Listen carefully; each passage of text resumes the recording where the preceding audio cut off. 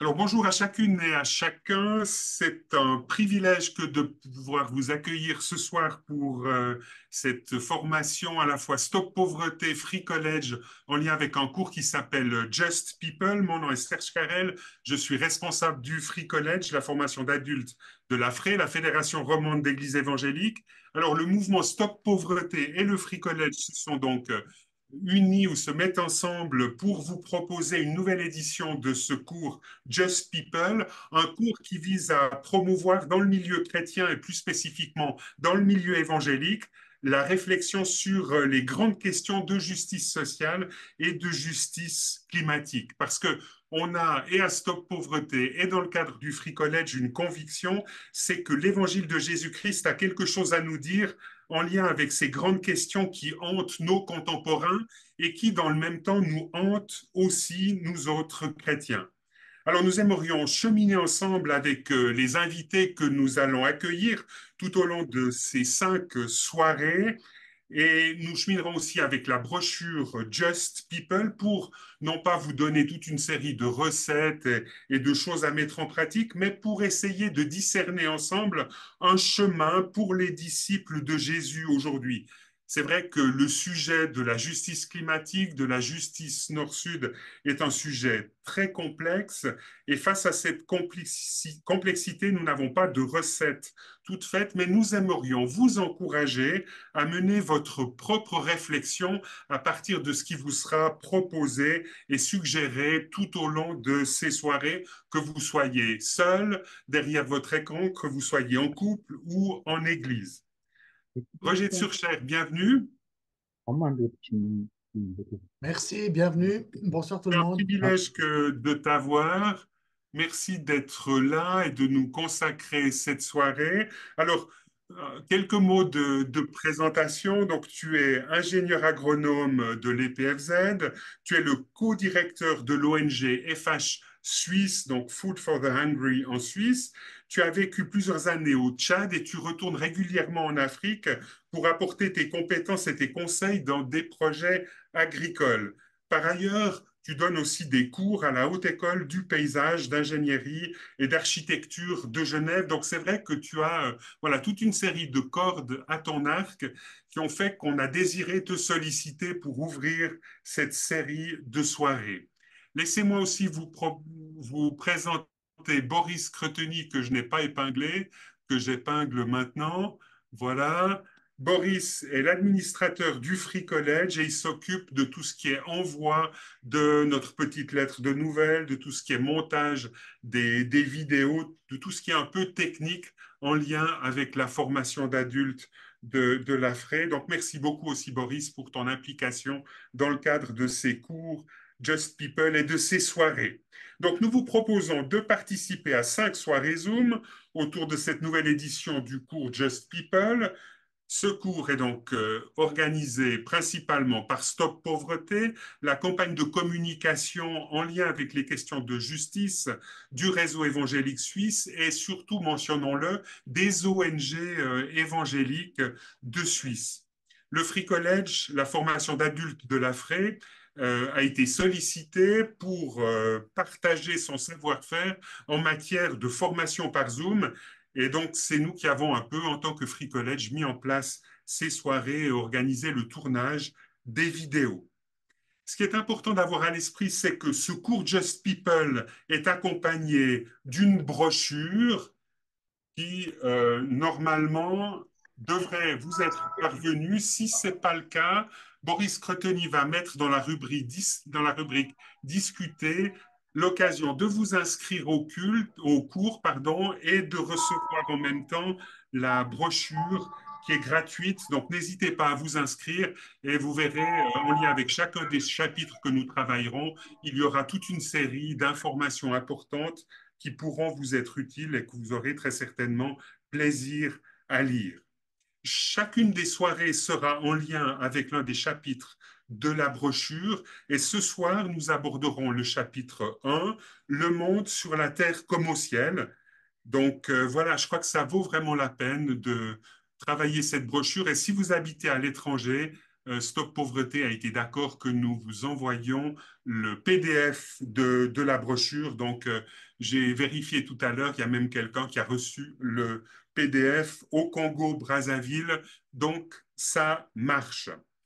Donc, Boris est en train de mettre deux liens, le lien pour vous connecter, voilà, et puis il met aussi un lien si jamais vous aviez une difficulté pendant la vidéo est déjà en ligne sur le site ou sur la page YouTube de l'Afri TV, ça s'appelle, et il y a un lien, là vous cliquez dessus et vous avez la vidéo quasi en parallèle, elle est d'un peu moins bonne qualité que celle qui vous sera proposée tout à l'heure. Voilà, si jamais donc au niveau d'un plan de la soirée, je vous explique juste comment cette soirée va se dérouler. Nous allons prier, puis nous visionnerons l'émission numéro 1 de la série Just People s'exercer à la justice, aimer son prochain et avancer avec Dieu. C'est une vidéo qui a été tournée chez Dieu TV avec Roger Tsurcher. Dieu TV étant aussi une œuvre associée à cette série puisque c'est une chaîne de TV chrétienne qui se trouve en Suisse romande et que nous pouvons assez facilement solliciter pour des tournages. Donc, il y aura la diffusion de cette vidéo, puis ensuite, nous aurons une sorte de petit échange avec Roger Tsurcher. Et puis, dans un troisième temps, vous pourrez poser toutes les questions que vous souhaitez, soit en direct, soit via la rubrique Discuter.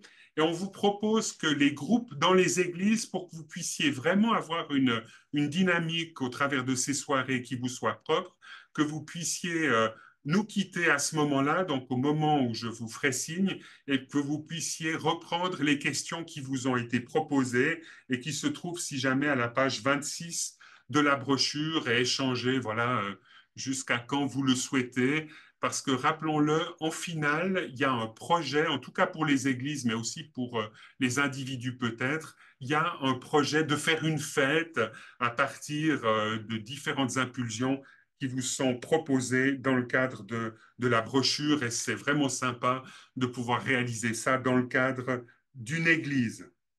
Voilà, j'espère que j'ai été assez exhaustif par rapport à la présentation de cette soirée.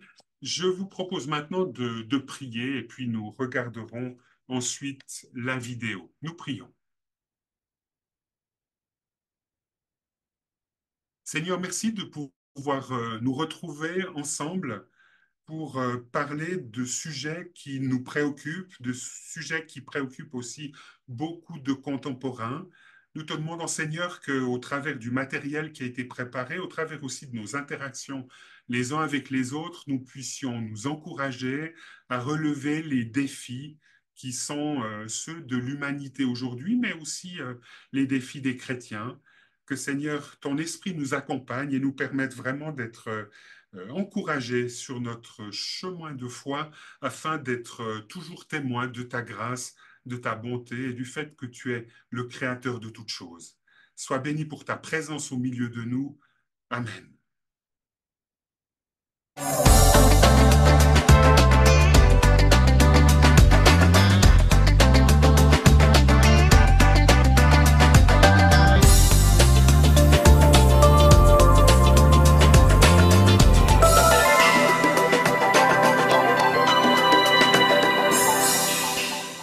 Bonjour, bienvenue à Vitamine B. Cette émission vous est proposée par Stop Pauvreté dans le cadre du cours Just People. Le premier chapitre de ce cours s'intitule « Le monde sur la terre comme au ciel ?» pour l'interrogation. Pour réfléchir à cette thématique, je vous propose de commencer par un texte qui est celui du prophète Ésaïe, au chapitre 11. Le verset principal pour moi, c'est le verset 6. « Le veau et le jeune lion mangeront ensemble, un petit garçon les conduira. » Vous voyez une illustration de ce verset faite par un peintre au XIXe siècle, avec cette image un petit peu étonnante, effectivement, d'un garçon qui est avec des animaux qui d'habitude se mangent entre eux, Et dans cette promesse du royaume de Dieu, on voit qu'ils sont tous réunis et c'est temps messianique annoncé par le prophète. Prenons peut-être même le texte dans son contexte avec quelques versets supplémentaires. Donc Ésaïe 11, versets 6 à 9. Alors le loup habitera avec l'agneau, le léopard se couchera près du cabri, le veau et le jeune lion mangeront ensemble, et un petit garçon les conduira. La vache et l'ours mangeront dans le même champ, leurs petits auront le même abri, le lion mangera de l'herbe sèche comme le bœuf, le bébé jouera dans le nid du serpent, et le petit garçon pourra mettre la main dans la cachette de la vipère. Il n'y aura plus ni mal ni violence sur toute la montagne sainte du Seigneur. En effet, la connaissance du Seigneur remplira le pays, comme l'eau remplit les mers. Est-ce que c'est cette vision idyllique qui vous vient à l'esprit quand vous pensez au futur? C'est peut-être étonnant de lire ce genre de texte par rapport à ce chapitre premier du cours Just People qui nous montre les limites planétaires, qui nous parle de ces limites, aussi du fait qu'elles sont pour la plupart dépassées, que notre Terre se trouve, on pourrait dire, dans une situation catastrophique selon certains.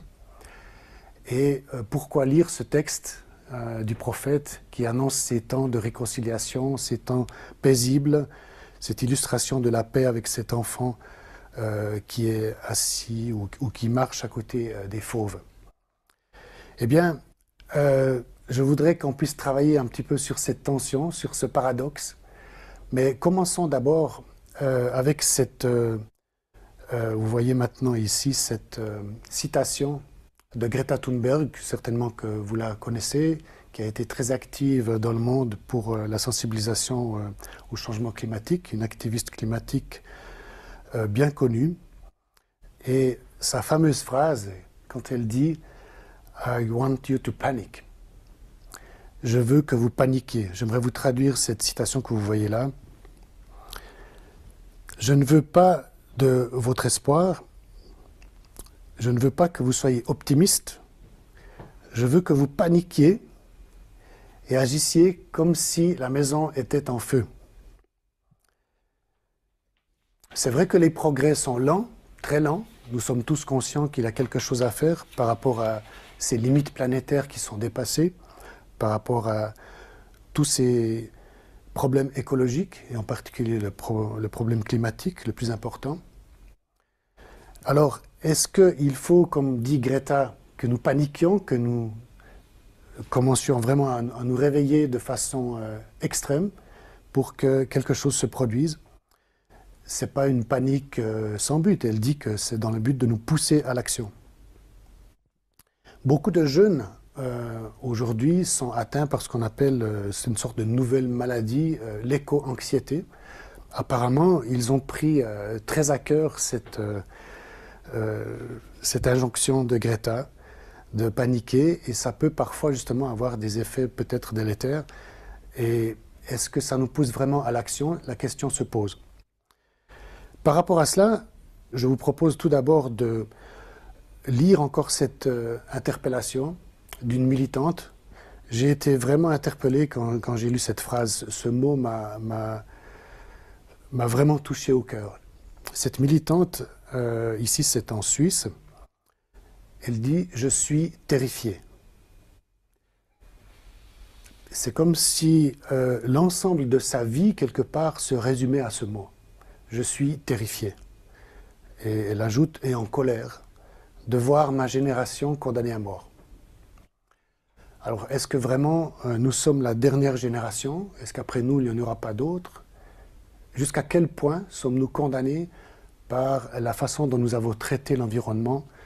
Jusqu'à quel point est-ce qu'il n'y a pas d'avenir pour nous? Essayons d'y penser par rapport à ce texte que nous avons lu, qui nous annonce un temps de paix, un temps de réconciliation. Comment mettre ces deux éléments ensemble? Alors, pour aller dans le sens des militants du climat, évidemment, c'est dramatique. On voit que ce qu'il faudrait faire est énorme et ce qui est fait est relativement pas très important au regard de l'urgence. C'est ce qu'ils disent et on peut les comprendre. On a vu que quand il y a eu la pandémie du Covid, des mesures ont été prises qui ont eu des impacts. On va le voir tout à l'heure sur un graphique. Mais dès que la pandémie s'est arrêtée, les mesures ont été levées et à nouveau le climat continue à se dérégler. Est-ce que nous devons paniquer alors, comme Greta le dit? Est-ce qu'il faut être terrifié, comme cette militante le dit, de Renovate Switzerland que vous voyez là? Est-ce qu'on n'en fait pas assez? Est-ce que nous, les chrétiens qui croyons dans les promesses de la Bible, qui annoncent des temps radieux, comme on l'a lu, est-ce que nous sommes de doux rêveurs? Est-ce qu'on est complètement décalé par rapport à ce qu'on devrait faire dans notre monde aujourd'hui? Que ferait Jésus à ma place? Qu'est-ce que nous devons faire? Voilà un petit peu le dilemme dans lequel nous nous trouvons. Et pour poursuivre la réflexion, je vous propose de prendre du recul et de prendre 3 autres textes. Un petit peu de se mettre dans la peau, comme si on était sur la Lune ou dans la peau de quelqu'un qui est dans l'univers et qui regarde notre fameuse planète, notre petite boule bleue, magnifique boule bleue dans l'univers. Et le Seigneur en parle. Prenons d'abord ce texte de Genèse, chapitre 8, verset 22, où il est dit « Tant que la terre durera, on sèmera et on récoltera. Il fera froid, il fera chaud. Il y aura la mauvaise saison, il y aura la belle saison. Il fera jour, il fera nuit, et ce sera toujours ainsi. » C'est une promesse de Dieu, tout au début de la Bible. Et puis, le psalmiste aussi, de façon prophétique, voit de quelle façon Dieu s'occupe de la planète aussi. Dans le psaume 93, « Le Seigneur est roi, il est vêtu de grandeur. Sa puissance l'enveloppe comme un vêtement magnifique. Oui, le monde est solide, il ne risque pas de tomber. » Et ce 3e texte qui dit « Tu as fixé la terre solidement, maintenant elle ne tremblera plus jamais. » Là encore, ça prend un peu le contre-pied de certains discours très alarmistes qui pensent qu'on pourrait être la dernière génération. Et il faut faire attention avec le texte qu'on vient de lire, hein, ça pourrait aussi constituer des textes qui nieraient ces dangers qui nous sont donnés par les scientifiques. Ce n'est pas du tout ce que je veux dire, mais c'est de voir à très long terme et de voir avec du recul comment en fait la planète n'est pas du tout abandonnée à elle-même. En fait, le Seigneur la tient dans sa main, même avec les cataclysmes que nous connaissons, le Seigneur tient toujours toutes choses dans ses mains. D'ailleurs, des cataclysmes, il y en a eu dans le passé. Il y a 23 millions d'années, il y avait des palmiers en Suisse romande, hein, et un climat complètement différent. C'était tropical. Hein.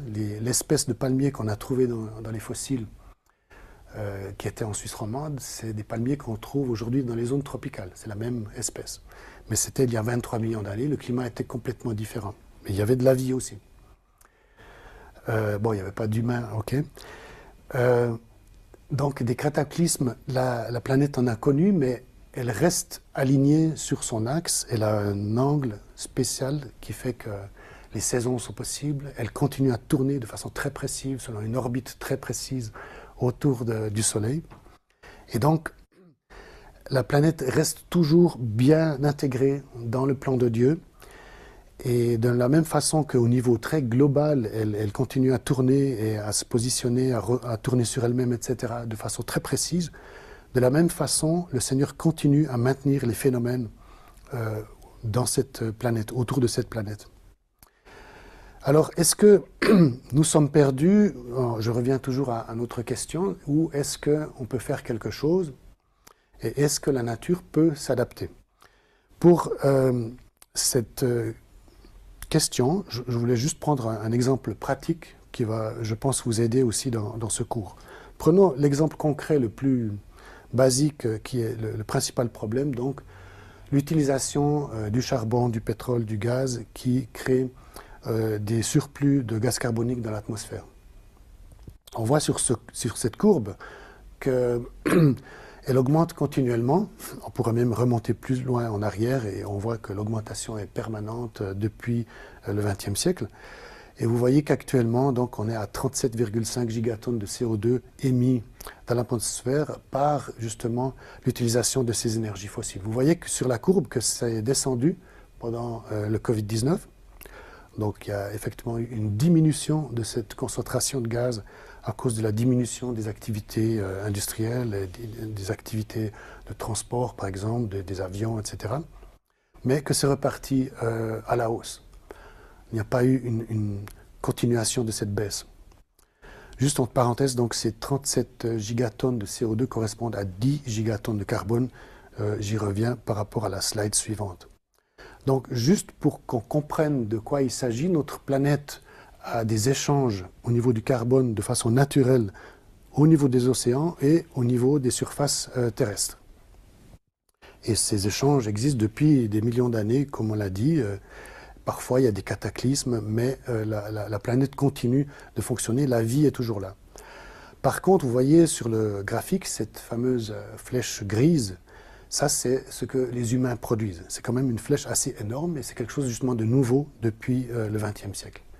Et c'est cela qu'il faut adresser. C'est par rapport à ça qu'il faut vraiment réagir. Vous voyez que même si cette extension, ce surplus de gaz carbonique dans l'atmosphère est dramatique, il est en partie déjà compensé par la nature. Vous voyez qu'il y a des flèches qui vont vers le bas sur ce graphique, ce qui veut dire que ce gaz carbonique est à nouveau séquestré et il n'est plus dans l'atmosphère, mais il reste, vous voyez, un solde d'environ 5 gigatonnes de carbone qui s'accumule et qui pose problème. C'est cette accumulation qui fait que finalement c'est la chaleur qui augmente dans le système et donc qui produit toutes ces catastrophes climatiques qui pourraient à terme affecter des centaines de millions de personnes appelées à se déplacer, appelées à souffrir, ne plus avoir à manger, etc. Est-ce que la nature peut être encore accompagnée pour mieux faire face à ce que nous avons produit, on peut dire par notre faute, cet excédent de CO2 dans l'atmosphère, mais est-ce qu'on peut faire quelque chose? Je voudrais vous donner encore et terminer avec cet exemple de l'utilisation des sols. Rappelez-vous, les sols ne sont plus ce qu'ils étaient. Hein, si on pense à la période avant l'agriculture où les humains ne cultivaient pas, toute la surface de la Terre était plus ou moins couverte, à part les déserts où il ne pleut pas, mais partout où il pleut, le sol est couvert toute l'année. Dans la création de Dieu, il n'y a pas de surface labourée qui reste nue pendant plusieurs mois en attendant le semis suivant, etc. Il n'y a pas de surface surpâturée où le bétail a mangé toute la végétation et ça se transforme en désert, alors même qu'il y a de la pluie.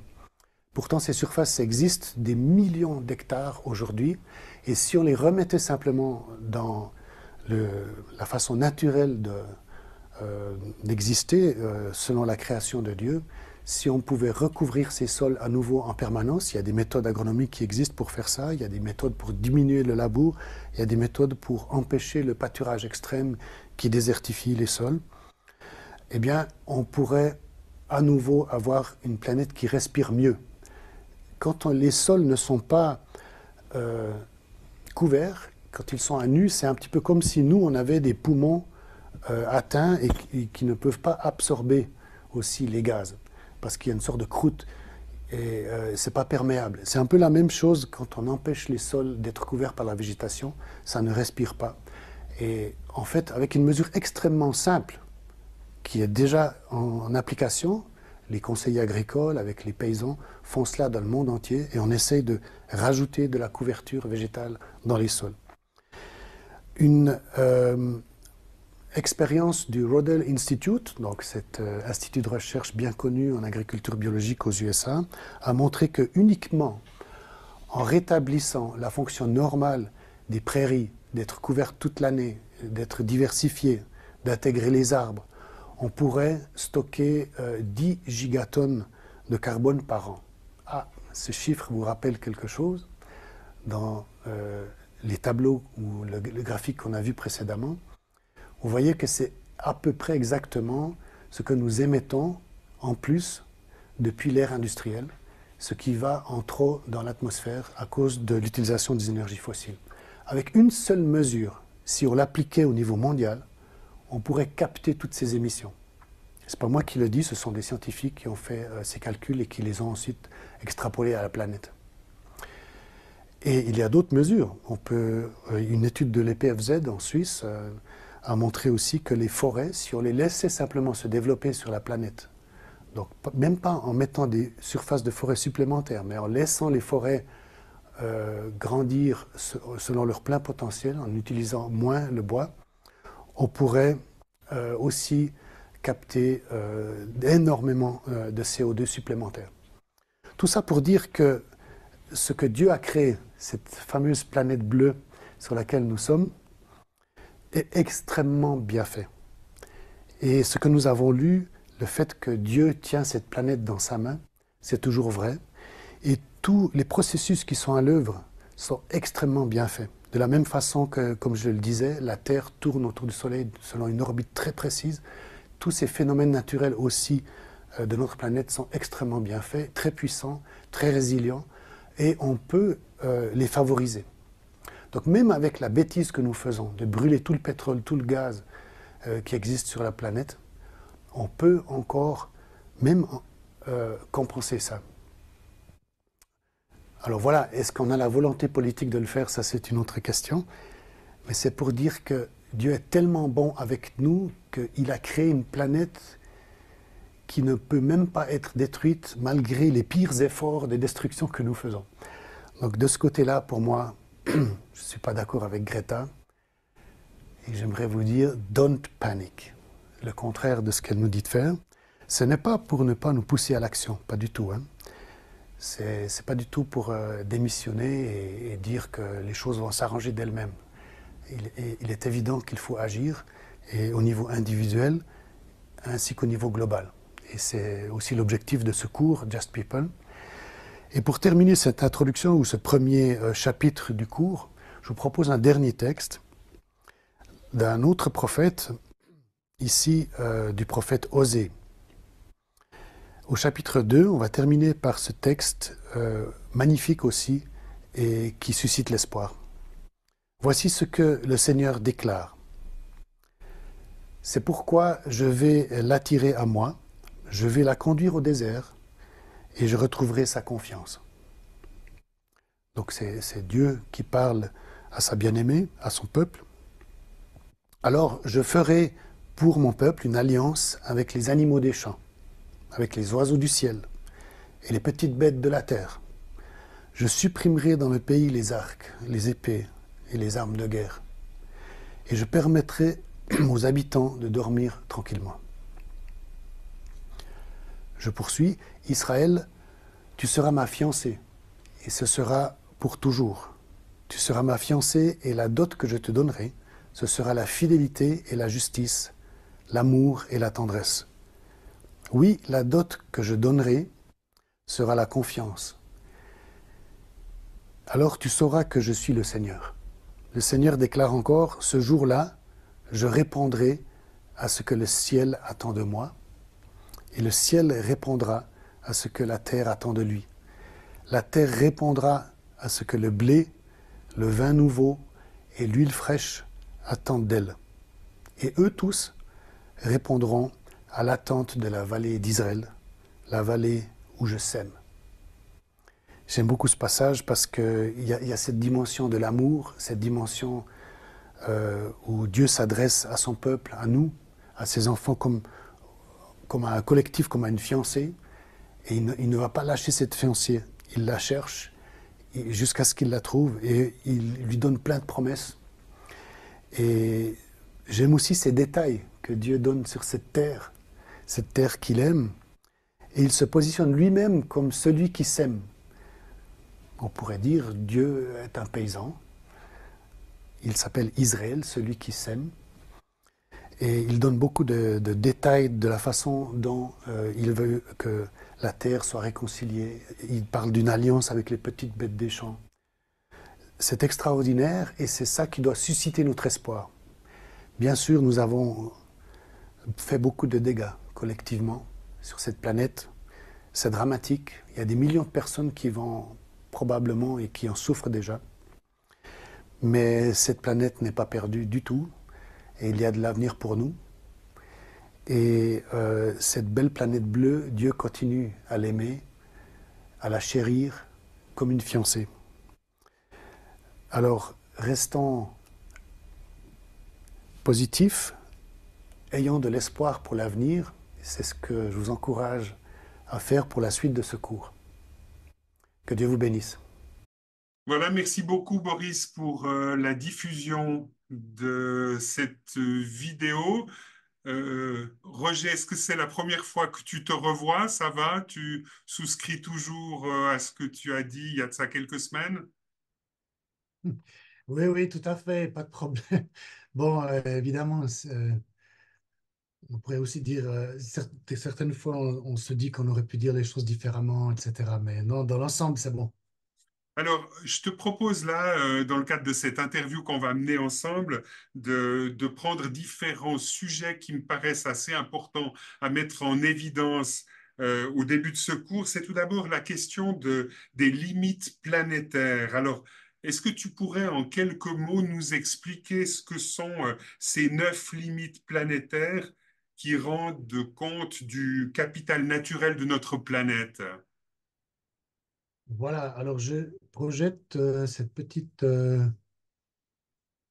illustration qui vient des scientifiques qui ont préparé cette notion des limites planétaires. Est-ce que vous voyez le graphique?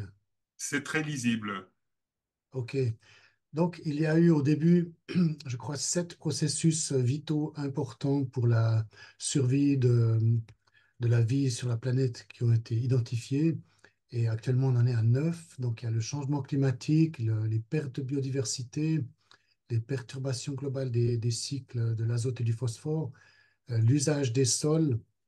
Donc, je vous dis ça en français parce que là c'est en anglais, mais l'acidification des océans, la- les trous de la couche d'ozone, les aérosols atmosphériques, l'usage de l'eau douce, et puis la pollution chimique ou plus largement l'introduction de nouveaux entités nouvelles dans la biosphère. Donc, Donc là, tout ce qui est en orange, c'est finalement là où les limites sont dépassées et on voit entre 2009 et 2023 une augmentation de ces surfaces oranges. voilà, exactement. Donc, l'évolution n'est pas bonne du tout. Et on est presque dans le rouge partout.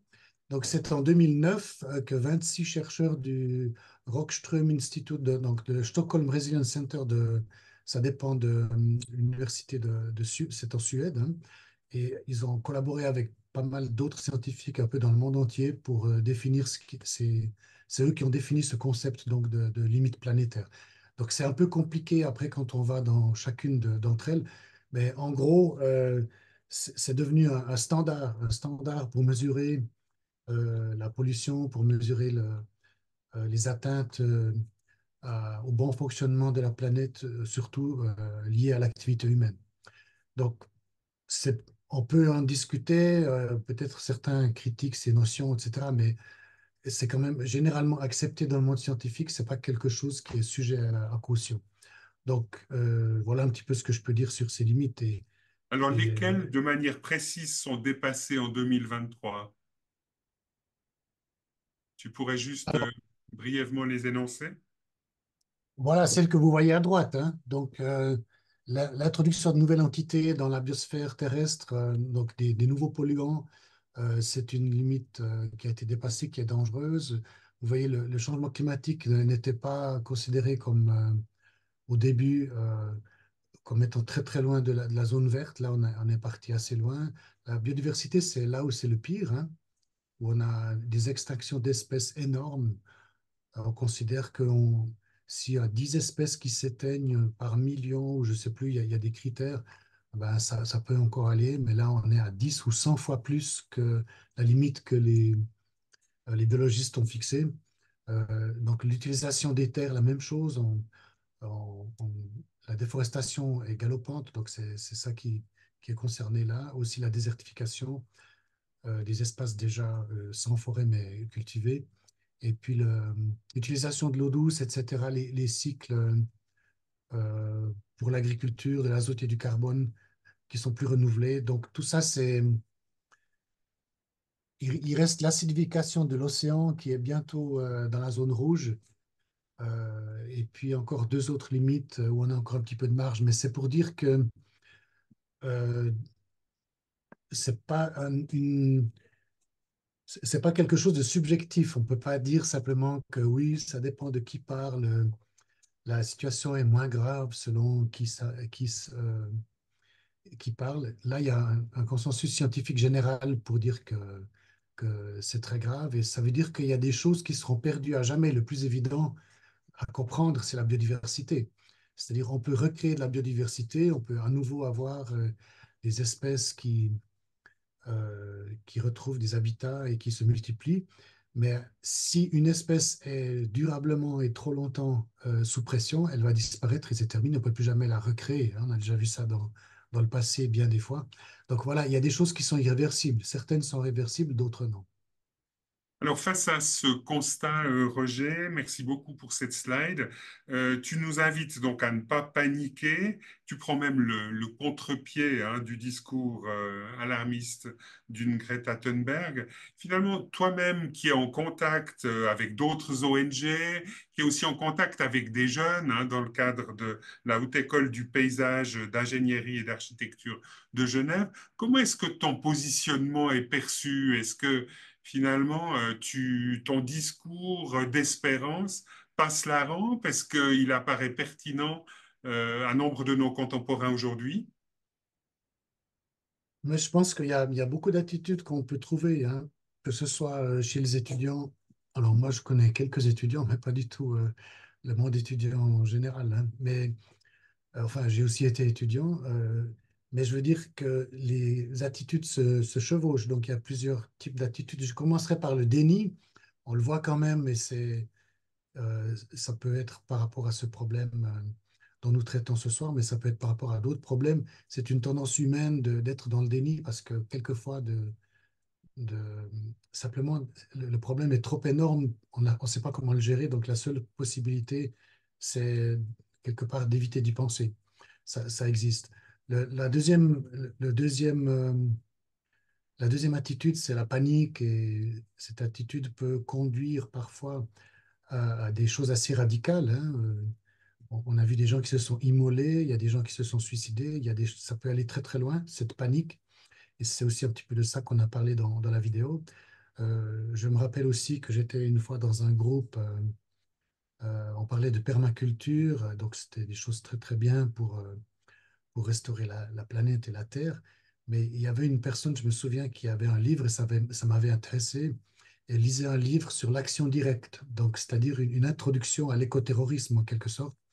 Donc ça peut aussi prendre cette forme-là de se dire, ben, la panique, c'est-à-dire il reste que très peu de temps avant il y ait un emballement des processus, etc. Il y a toute une part aussi de personnes qui pensent que tout cela peut devenir complètement imprévisible et aller encore bien plus loin que cette évolution des limites planétaires qu'on a vues, parce qu'il peut y avoir des rétroactions et un emballement généralisé. Donc ça veut dire que pour ces gens-là, la situation est extrêmement urgente et donc il faut simplement que tout ce qui émet des gaz à effet de serre, les grandes industries, etc., soit arrêté tout de suite. Et donc, on peut poser une bombe pour qu'elle s'arrête. Donc, ça fait partie aussi de cette panique qui peut amener à des attitudes extrêmement radicales. Et puis, la troisième attitude qu'on voit quand même, qui était popularisée par Pierre Rabhi, mais aussi ridiculisée hein, par beaucoup de gens, mais quand même aussi popularisée par lui, c'était le colibri, c'était l'action chacun fait sa part. Vous connaissez la légende du colibri, j'imagine tout le monde, hein. Le Et c'est bien colibri si qui... tu la racontes. Oui, c'est-à-dire c'est Pierre Rabhi qui racontait toujours ça, c'est-à-dire c'est une légende qui existe, je crois, chez plusieurs peuples sur la planète, avec des variantes, mais là c'était une variante sud-américaine, je crois, où c'est un colibri qui prend de l'eau dans son bec pour éteindre un incendie dans la forêt ou dans la savane. Et puis les autres se moquent de lui. Il dit, mais il faut fuir là, c'est beaucoup trop tard, l'incendie est énorme. Et pourquoi tu fais ça? De toute façon, tu vas jamais y arriver. Tout le monde est en train de fuir. Et lui, il dit, d'accord, je ne sais pas si je vais y arriver, mais je fais ma part. Et puis, quand Pierre Rabhi racontait ça, beaucoup de gens l'ont ridiculisé en disant que c'est pas en faisant des petites actions individuelles qu'on va résoudre les problèmes, il faut une action collective. Alors, les deux sont vrais à mon avis, hein. C'est pas parce qu'il faut une action collective qu'il faut rien faire individuellement, parce que forcément, l'action collective est une addition d'actions individuelles. Et donc, il me semble que c'est cette action collective dans l'espérance qui est susceptible de déclencher quelque chose, hein. Certains disent qu'il y a des mouvements sociaux avec moins de 10% de personnes qui pratiquent quelque chose dans la société, ça peut renverser toute la société.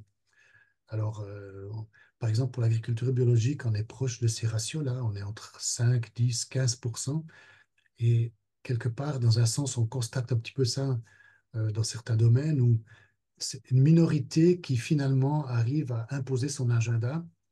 Alors ici, on espère dans le bon sens, à l'ensemble de la société. Donc il y a des actions collectives qui sont pas, qui sont des additions d'actions individuelles, mais pas ridicules du tout et qui peuvent avoir un impact. Donc je pense qu'on a, moi je pense un peu comme ça et j'imagine qu'on est beaucoup, il y a beaucoup de gens qui pensent comme ça aussi. Alors, si on regarde dans la brochure, Roger, il y a une sorte de mini-chapitre qui est consacré au fait de vivre en tension.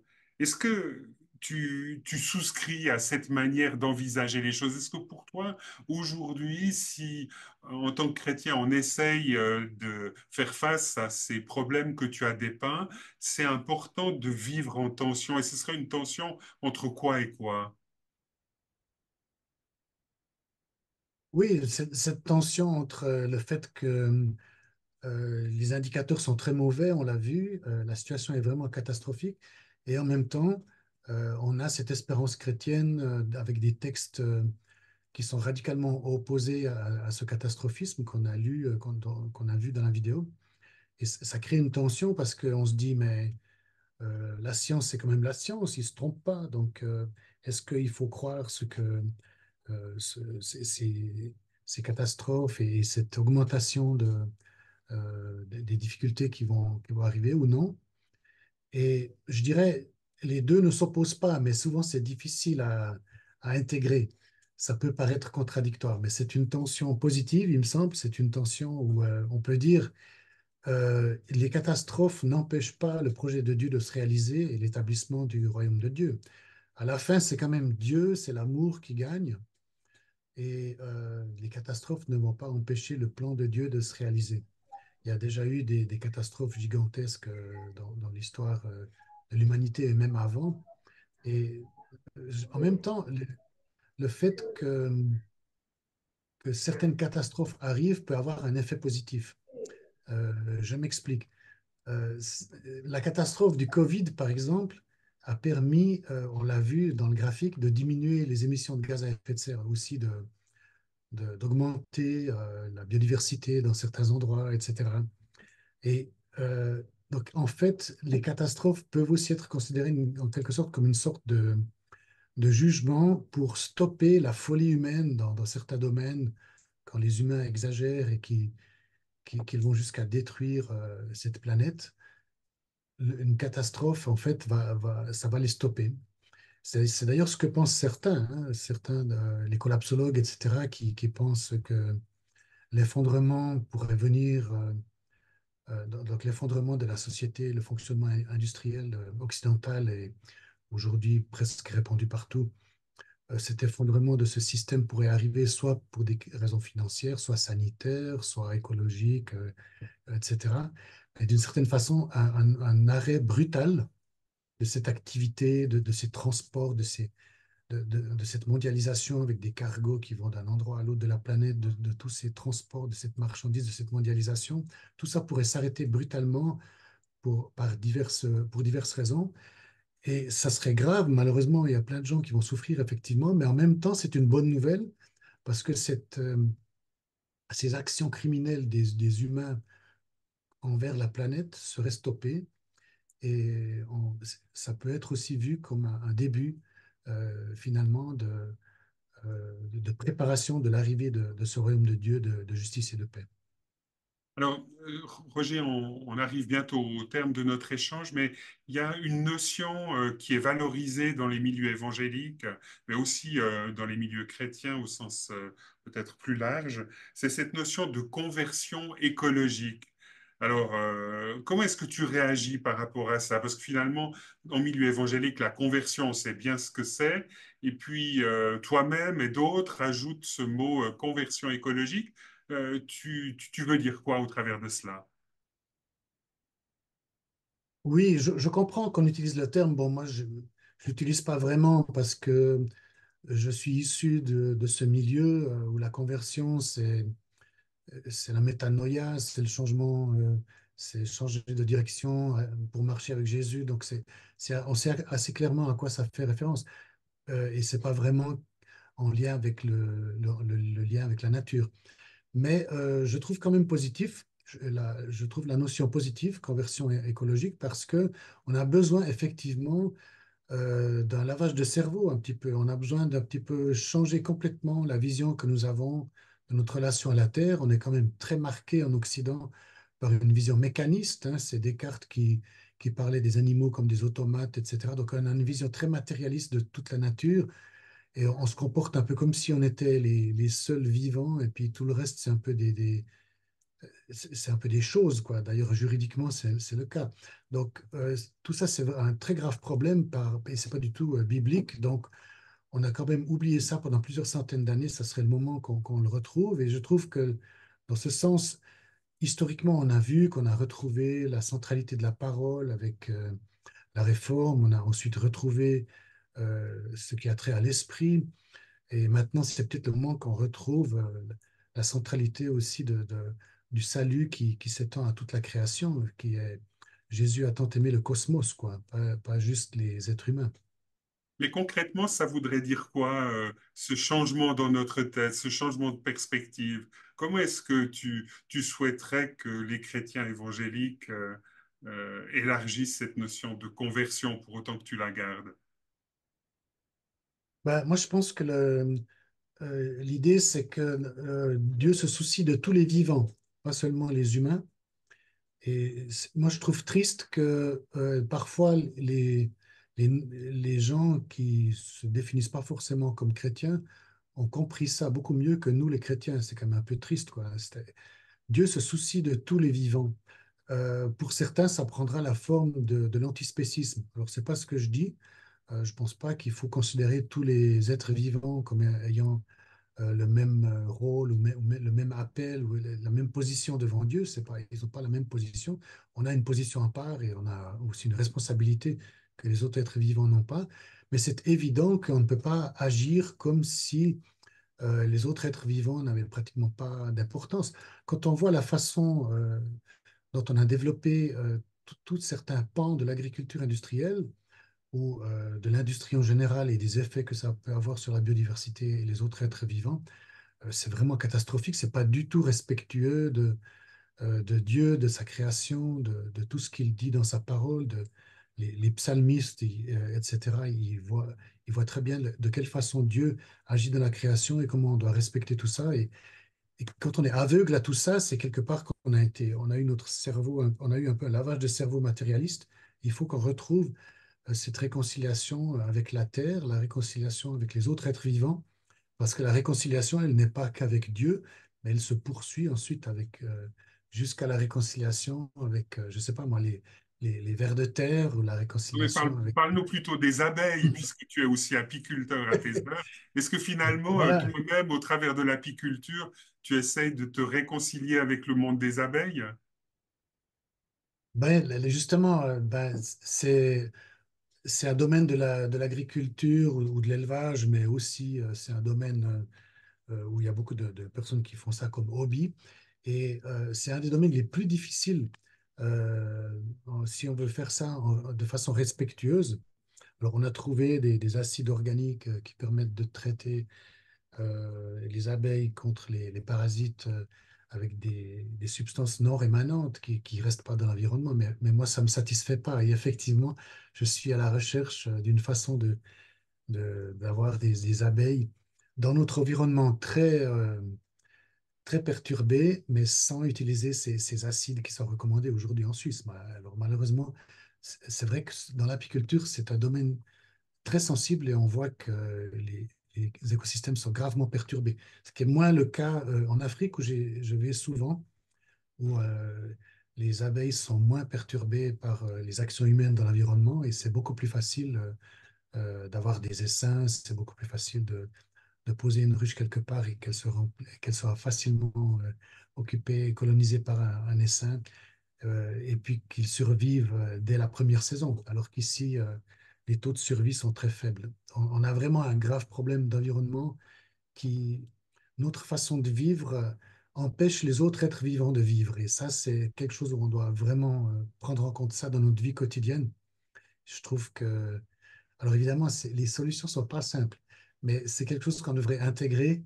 Et franchement, moi, j'ai rarement entendu un message dans une église là-dessus, donc je trouve qu'on n'est pas encore vraiment, c'est pas encore arrivé jusque-là.